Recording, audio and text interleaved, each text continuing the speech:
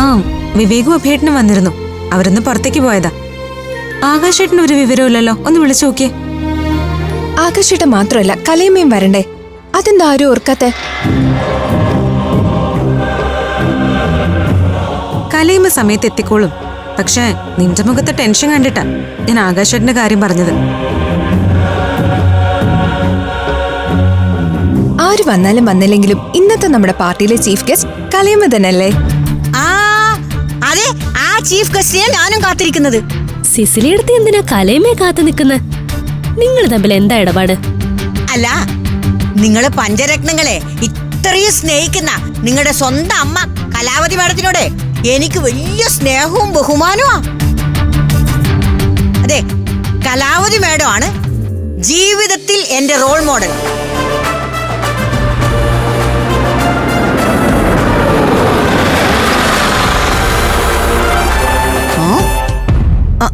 ഓ, കലാവതി വന്നു എന്ന് തോന്നുന്നു. ആ, ഇന്നൊരു തീരുമാനം ഉണ്ടാക്കാം.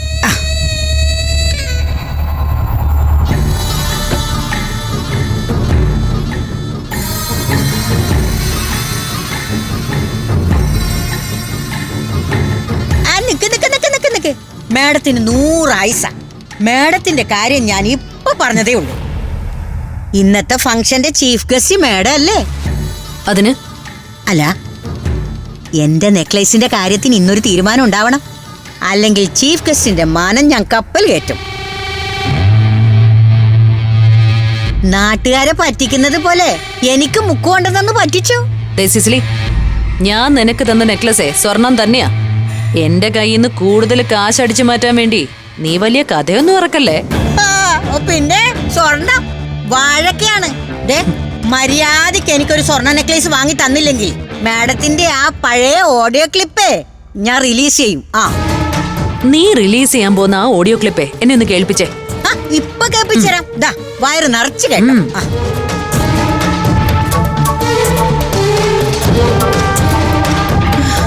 കർത്താവേ, ഇതെവിടെ പോയി? കാക്ക കൊണ്ടുപോയി. അന്നൊരു ദിവസം ഡ്രൈവറെ വിളിക്കാനാണെന്നും പറഞ്ഞ് ഞാൻ നിന്റെ ഫോൺ വാങ്ങിയത് ഓർമ്മയുണ്ടോ?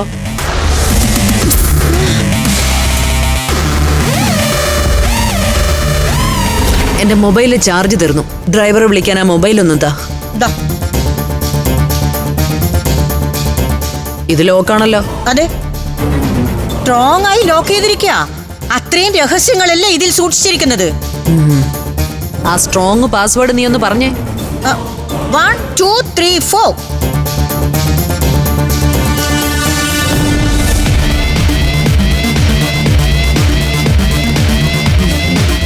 അന്ന് ഞാൻ നിന്റെ ഫോണിൽ ഉണ്ടായിരുന്ന ചന്ദ്രന്റെ ഓഡിയോ ക്ലിപ്പ് അങ്ങ് ഡിലീറ്റ് ചെയ്തു.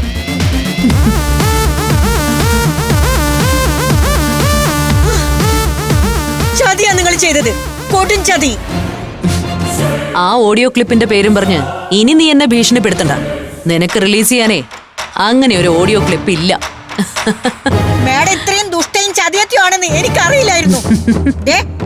ഓഡിയോ ക്ലിപ്പ് ഇല്ലെങ്കിലും എനിക്ക് എന്റെ നെക്ലേസ് കിട്ടിയേ പറ്റൂ. തൽക്കാലത്തേക്ക് ഈ കഴുത്തു കിടക്കുന്ന മാലയെങ്കിലും ഉരുത്താ. അയ്യടാ, കൊള്ളാലോ നിന്റെ മനസ്സിലിരിപ്പ്. നീയേ ചന്ദ്രന്റെ ഓഡിയോ ക്ലിപ്പ് വെച്ച് എന്നെ ബ്ലാക്ക്മെയിൽ ചെയ്തവളാ. നിനക്ക് 10 പൈസയുടെ ഉപകാരം ചെയ്യാൻ ഞാൻ ഉദ്ദേശിക്കുന്നില്ല. നിനക്ക് ചെയ്യാൻ പറ്റുന്ന നീ അങ്ങ് ചെയ്യ. കലയമ്മയുടെ തനി നിറം ഞാൻ പുറത്തു കൊണ്ടുവരും. നീ കലയമ്മയല്ലടി, കള്ളിയമ്മയാ.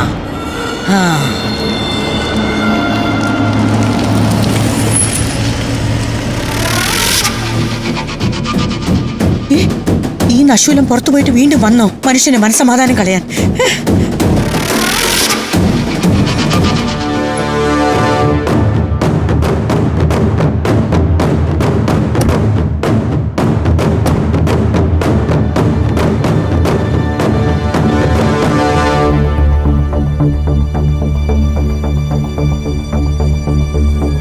മൂത്ത മരുമക്കള് രണ്ടുപേരും വന്നല്ലോ. ഇവിടെ എല്ലാവരും നിങ്ങളെ കാത്തിരിക്കുകയായിരിക്കും. ഞങ്ങൾ രണ്ടുപേരും നേരത്തെ വന്നതാ. ഒരു അത്യാവശ്യ കാര്യത്തിന് പുറത്തോട്ട് വന്നതാ. അഭിമന്യു, കഴിഞ്ഞതൊക്കെ കഴിഞ്ഞു. അന്ന് ഞാൻ വീട്ടിൽ വന്നപ്പോ അപ്പോഴത്തെ എന്റെ വിഷമത്തിന് ഞാൻ എന്തൊക്കെയോ പറഞ്ഞു. ഒന്നും മനസ്സിൽ വെക്കരുത്. ഞാനതൊക്കെ എപ്പോഴേ മറന്നു. അതെ, ഞാൻ അന്നേ നിങ്ങളോട് പറഞ്ഞതാണ്, നിങ്ങളുടെ അഭിനയൊക്കെ ദാ ഈ പിള്ളേരോട് കാണിച്ചാൽ മതിയെന്ന്. എന്നെ അമൃതയും പരസ്പരം തമ്മി തല്ലിച്ച് മഹേന്ദ്രനെ കൊണ്ട് വിവാഹം കഴിപ്പിക്കാനാണ് നിങ്ങളുടെ പ്ലാൻ എന്നുള്ളത് എനിക്കറിയാം. മോനെ, എല്ലാം മോന്റെ തെറ്റിദ്ധാരണയാ. നിങ്ങളുടെ രണ്ടുപേരുടെയും കല്യാണം ഈ അമ്മ കൈപിടിച്ച് നടത്തി തരും. ആര് കൈപിടിച്ചാലും ഇല്ലെങ്കിലും അമൃതേച്ചിയുടെ കഴുത്തിൽ ഒരു താലി വീഴുന്നുണ്ടെങ്കിൽ അത് അഭിയേട്ടൻ്റെതായിരിക്കും. മറിച്ചെന്തെങ്കിലും പ്ലാൻ ഉണ്ടെങ്കിൽ അതിവിടെ നടക്കില്ല.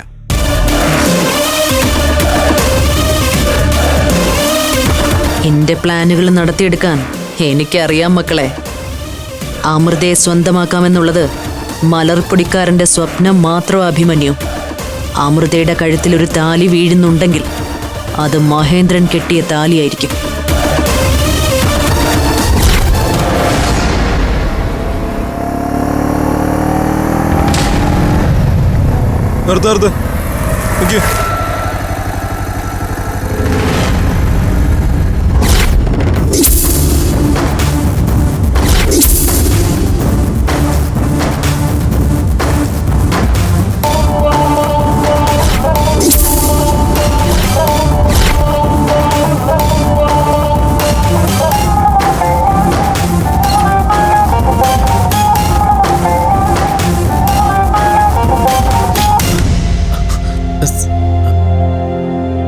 സാർ, വാഹന പരിശോധനയാണെങ്കിൽ ആവശ്യമുള്ള രേഖകളൊക്കെ എന്റെ വണ്ടി തന്നെ ഉണ്ട് സാർ. അതൊക്കെ നിന്റെ കയ്യിലിരിക്കട്ടെ. നിന്റെ പേരിലുള്ള കേസ് വേറെയാ.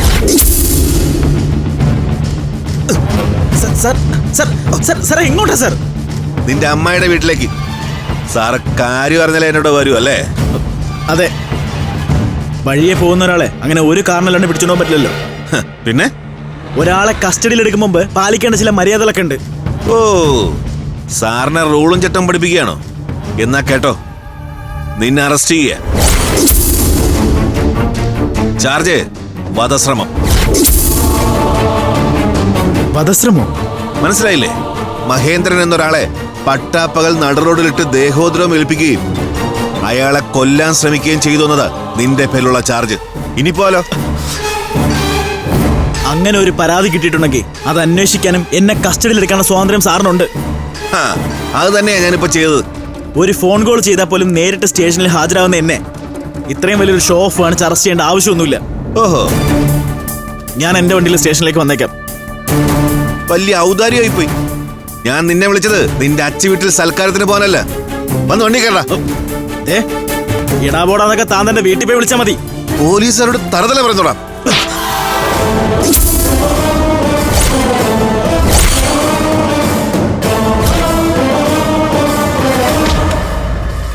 നിനക്കുള്ള പണി തുടങ്ങിയിട്ടേ ഉള്ളൂ. ലോക്കപ്പിലെ സുഖവാസം എന്താണെന്ന് നീ അറിയാൻ പോകുന്നേ ഉള്ളൂ. പിടിച്ച് കയറ്റവനെ.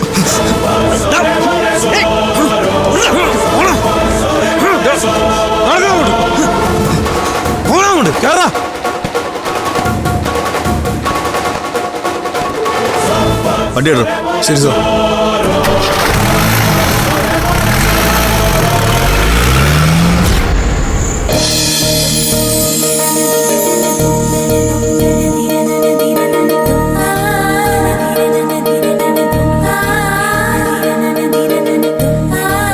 ഇതെന്റെ ജീവിതത്തിലെ ഏറ്റവും മനോഹരമായ നിമിഷങ്ങളിൽ ഒന്നാണ്. എന്റെ മക്കള് കൈവരിച്ച നേട്ടം ചെറുതല്ല. പോലീസ് അക്കാദമിയിലെ ട്രെയിനിങ് കൂടി പൂർത്തിയാക്കിയ പിന്നെ ആതിരയും ആരാധ്യയും SI-മാരാണ്. എന്റെ മക്കളുടെ ഈ ഉയർച്ചയില് അമ്മയായ ഞാൻ ഒത്തിരി ഒത്തിരി സന്തോഷിക്കുന്നുണ്ട്.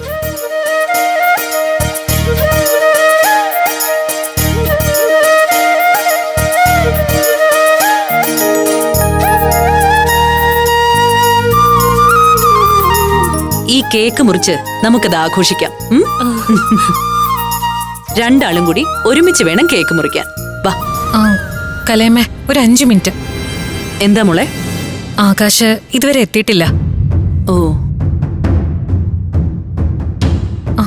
ആകാശേട്ടനെ വിളിച്ചിട്ട് കിട്ടുന്നില്ല. സഹദേവമാമനെ വിളിച്ചപ്പോ വീട്ടിൽ നിന്ന് ഒത്തിരി നേരത്തെ ഇറങ്ങിന്നാ പറഞ്ഞ്. നാളെ പ്രൈം മിനിസ്റ്ററുടെ സന്ദർശനം പ്രമാണിച്ച് സിറ്റിയിൽ മുഴുവൻ ട്രാഫിക് നിയന്ത്രണങ്ങളാണ്. അതുകൊണ്ട് മുഴുവൻ ബ്ലോക്കായിരിക്കും. ശരിയാ, ആകാശ് മിക്കവാറും ബ്ലോക്കിൽ പെട്ട് കാണാനാ സാധ്യത. എന്നാലും ഒന്ന് ഫോൺ എടുത്തൂടെ?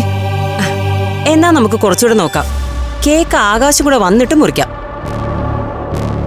ആ സമയത്തെ എന്റെ ചുണക്കുട്ടികൾക്ക് ഞാനൊരു സമ്മാനം കൊടുക്കട്ടെ.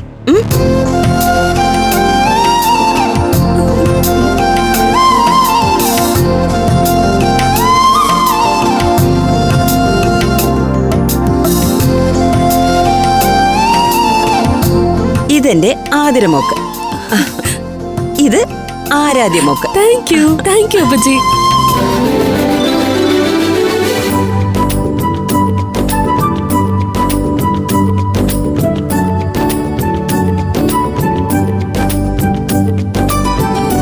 എന്റെ മിടുക്കി കുട്ടികൾക്ക് രണ്ടുപേർക്കും ഓരോ സ്വർണമാല വാങ്ങിത്തരണമെന്നായിരുന്നു അമ്മയുടെ ആഗ്രഹം. പക്ഷേ അമ്മയുടെ ഇപ്പോഴത്തെ സാമ്പത്തിക അവസ്ഥ അറിയാലോ, അതാ മോതിരമായി പോയത്.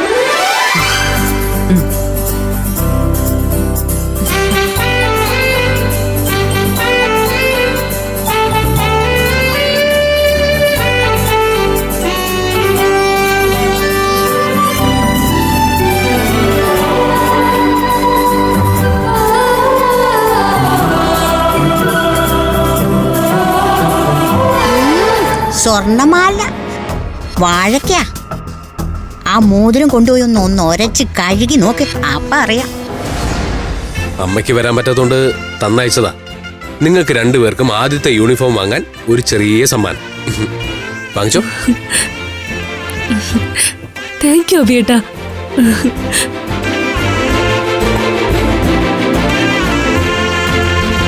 ഈ കാലമാടം കാരണം എനിക്ക് അങ്ങോട്ട് പോകാനും പറ്റുന്നില്ലല്ലോ. കംപ്ലീറ്റ് എൻജോയ്മെന്റ് പോയല്ലോ എന്റെ ഈശോയെ. ചേട്ടത്തി ചേട്ടത്തി എന്താ ഇവിടെ നിൽക്കുന്നേ? അങ്ങോട്ട് പോകുന്നില്ലേ? ഏയ്, എന്തിനെ? ആഘോഷങ്ങളെല്ലാം മാറി നിന്ന് കണ്ട് ആസ്വദിക്കുന്നതാ എന്റെ ആനന്ദം. ആൾക്കൂട്ടത്തിൽ തനിയെ എന്ന് കേട്ടിട്ടില്ലേ? ഓ ശരി ശരി. എന്തായാലും നേരെ ഇത്രയായില്ലേ, ഇനി നമുക്ക് ആകാശിന് വേണ്ടി വെയിറ്റ് ചെയ്യണോ?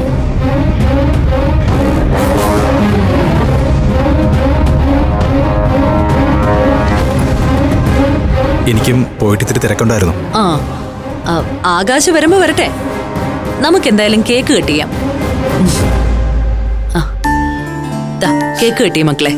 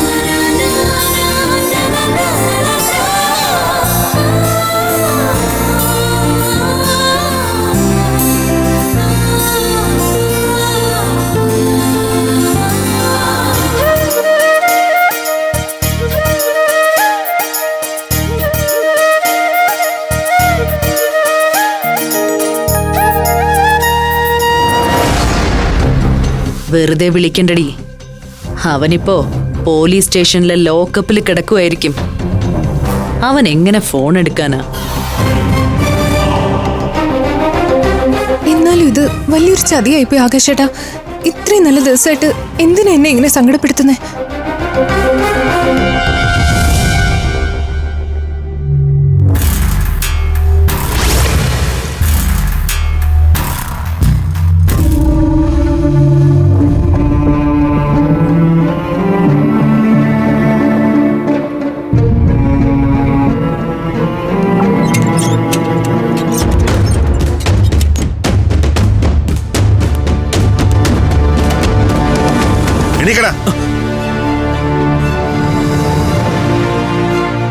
കൊള്ളാലോ, സുഖം പിടിച്ച് ഉറങ്ങുകയാണ്. എഴുന്നേക്കടാ.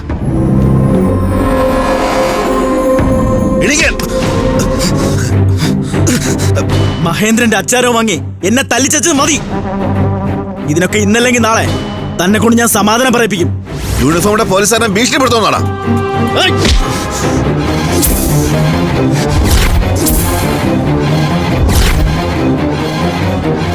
ഇനി എന്നെ തൊട്ടു പോരുത്. മതി, എനിക്ക് ഇത്ര മാത്രം മതി. ഡ്യൂട്ടിക്കിടയിൽ പോലീസ് ഉദ്യോഗസ്ഥനെ മർദ്ദിച്ചു. ഈ ഒരു ചാർജ് കൂടി എനിക്കിപ്പോ നിന്റെ പേരിൽ എഴുതാം. ഒരു 3 കൊല്ലം നീ അകത്ത് കിടക്കാൻ ഈ ഒരൊറ്റ ചാർജ് മതി പൊന്നു മോനെ.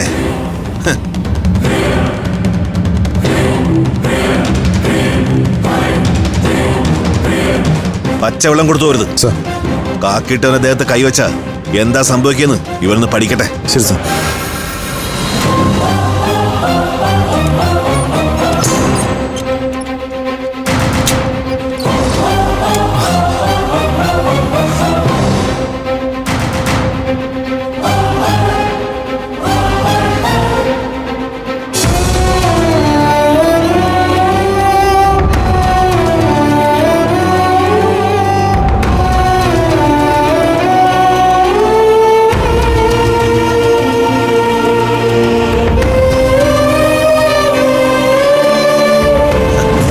വന്നിട്ട് കുറെ നേരമായോ മഞ്ചാടി? ഏയ് ഇപ്പൊ വന്നേ ഉള്ളൂ. എന്തായി നമ്മുടെ കേസ് കിട്ട്? അവനെ വേണ്ട രീതിയിൽ ഞാൻ കൈകാര്യം ചെയ്തിട്ടുണ്ട്. നന്നായി. എന്തായാലും കലാവതി മാഡം സാറിനെ വിളിക്കാം. അവനിച്ചിരി പുലിക്കുട്ടിയാ. ഭാവിയിൽ എനിക്കെതിരെ കേസിനും വഴക്കിനൊക്കെ പോകാൻ സാധ്യതയുണ്ട്. അതൊന്നും ഓർത്ത് സാറ് വിഷമിക്കണ്ട. ഏയ് എനിക്കങ്ങനത്തെ പേടിയൊന്നുമില്ല മഞ്ചാടി. ഞാൻ എടുക്കുന്ന റിസ്ക് എന്താണെന്ന് പറഞ്ഞേ ഉള്ളൂ. അറിയാം. തനിക്ക് ഇടപെടൽ കമ്മീഷനുണ്ടെന്നറിയാം. പക്ഷേ എന്റെ കാശിന്റെ കാര്യത്തിൽ ഒരു വിട്ടുവീഴ്ചയില്ല. കലാവതി മേഡം ഒരു വാക്ക് പറഞ്ഞാ അത് വാക്കാ. സാറിന്റെ വിഹിതം അണാ പൈസ കുറയാതെ വീട്ടിലെത്തിച്ചിരിക്കും. ഓക്കെ, അത് മതി. ഫുഡ് റെഡിയാ. ഇനി സമയം കളയണ്ട, എല്ലാവർക്കും ഫുഡ് കഴിക്കാം. അതിനു മുമ്പ് ഒരു കാര്യം കൂടെ ബാക്കിയുണ്ട് കലയമ്മ. അതെന്താ? ഞങ്ങൾ എല്ലാരും ചേർന്ന് ഒരു തീരുമാനം എടുത്തിരുന്നു. അതും കൂടെ കഴിഞ്ഞിട്ടാവാം ഫുഡ് കഴിക്കുന്നത്.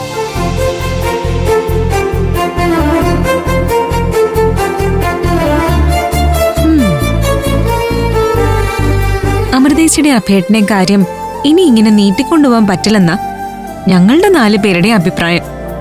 ഇന്നൊരു നല്ല ദിവസമല്ലേ, വേണ്ടപ്പെട്ട എല്ലാവരും ഇവിടെ ഉണ്ട് താനും. ആ സ്ഥിതിക്ക് ഇന്ന് തന്നെ ഇവരുടെ എൻഗേജ്മെന്റ് നടത്താന്ന് ഞങ്ങള് വാക്കാൽ തീരുമാനിച്ചിരുന്നു.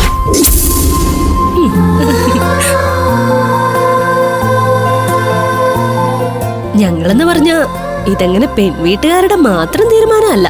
ചെക്കന്റെ വീട്ടിൽ നിന്നും ഉത്തരവാദിത്തപ്പെട്ട ചിലരൊക്കെ ഈ തീരുമാനത്തിൽ ഞങ്ങളുടെ കൂടെ ഉണ്ട്. അത് പിന്നെ ട്രെയിനിങ്ങിന് പോകുന്നതിന് മുന്നേ ഏട്ടന്റെ അമൃതേച്ചിയുടെ റിംഗ് എക്സ്ചേഞ്ച് നടത്തണമെന്ന് അവരെല്ലാരും ഒരു ആഗ്രഹം പറഞ്ഞപ്പോ. നിങ്ങൾ എന്തൊക്കെയാ പറയുന്നേ? അങ്ങനെ പെട്ടെന്നൊരു റിംഗ് എക്സ്ചേഞ്ച് എന്നൊക്കെ പറഞ്ഞാ? അതെ, ഒരു തയ്യാറെടുപ്പും ഇല്ലാതെ അതങ്ങനെ പെട്ടെന്ന് ശരിയാവുന്ന. ഒരു എൻഗേജ്മെന്റ് നടത്താൻ എന്ത് തയ്യാറെടുപ്പാ വേണ്ടത്?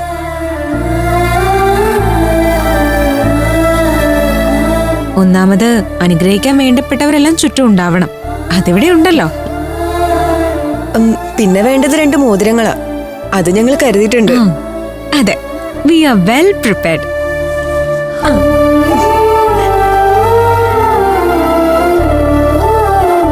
ഈ പെമ്പിള്ളേർ ഇതെന്ത് ഭാവിച്ചാ?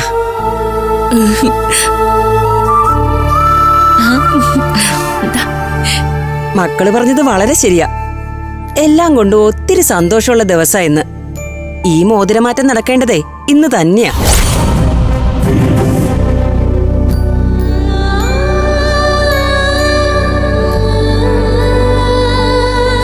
ശ്യാമള പറഞ്ഞത് സത്യം തന്നെയാ. പക്ഷേ എല്ലാം നന്നാവണമെങ്കിൽ ഈശ്വരാനുഗ്രഹം കൂടി വേണം. അതിന് ശുഭമുഹൂർത്തം നോക്കണം.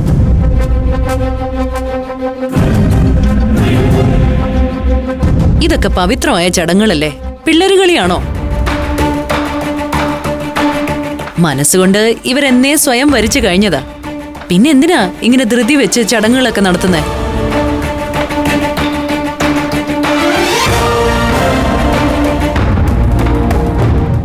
എന്റെ മനസ്സിലുള്ള കാര്യ ഇപ്പൊ കലയമ്മ പറഞ്ഞത്. ഇവിടെ നടക്കുന്ന എല്ലാ മംഗളകർമ്മങ്ങളും തീരുമാനിക്കുന്നത് സ്വാമിനിയമ്മയാ. അമ്മയെ അറിയിക്കാതെയും അനുഗ്രഹം വാങ്ങാതെയും ഇങ്ങനൊരു ചടങ്ങ് നടത്തിയ അതിന് ദൈവാധീന കുറവുണ്ടാവുന്ന തന്നെയാ എനിക്കും തോന്നുന്നത്. നിങ്ങളുടെ മനസ്സിലെ ആഗ്രഹവും തിടുക്കമൊക്കെ ഈ കലയമ്മയ്ക്ക് മനസ്സിലാവുന്നുണ്ട്. എല്ലാത്തിനും പിന്നില് നിങ്ങളുടെ മനസ്സിലെ നന്മയും ചേച്ചിയോടുള്ള നിങ്ങളുടെ സ്നേഹവുമാണെന്ന് എനിക്കറിയാം. പക്ഷേ മംഗളകർമ്മങ്ങൾക്ക് അതിൻ്റെതായ ചില രീതികളൊക്കെയുണ്ട്. അതൊക്കെ നോക്കിയേ പറ്റൂ.